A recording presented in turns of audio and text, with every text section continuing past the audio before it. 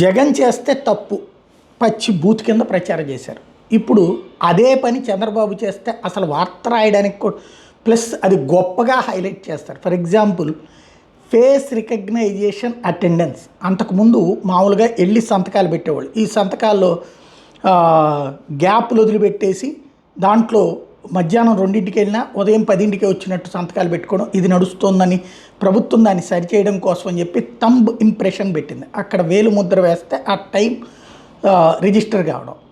దీన్ని దుర్వినియోగం చేస్తూ ఆ తంబులు తయారు చేసేటటువంటి కొత్త యంత్రాంగాలు వచ్చేటప్పటికి, లేదా తంబేసేసి వెళ్ళిపోతున్నటువంటి తంబేసేసేయడం అనేటటువంటి కాన్సెప్ట్లో వేరే వాళ్ళని వినియోగిస్తున్నారని తెలిసిన తర్వాత ఫేస్ రికగ్నైజేషన్ యంత్రాలు పెట్టి మీరు స్కూల్లో ఉన్నప్పుడు స్కూల్లో ఫేస్ రికగ్నైజేషన్ యంత్రంతో అటెండెన్స్ వేయించుకోండి, అట్లాగే మస్టర్ ఇచ్చేటప్పుడు అది వేయించుకోండి అని చెప్పేసి పెడితే దాని మీదన ఉద్యోగుల్లో వచ్చే అసంతృప్తిని బేస్ చేసుకుని దాన్ని రెచ్చగొడతా తెలుగుదేశం అనుకూల పత్రికలు మీడియా హైలైట్ చేస్తూ ఇదిగో చూసారు మీ మీద నమ్మకం లేదు, మిమ్మల్ని అట్లా అన్నారు ఇట్లా అన్నారని చెప్పేసి వాళ్ళని రెచ్చగొట్టారు. అంతా బాగానే.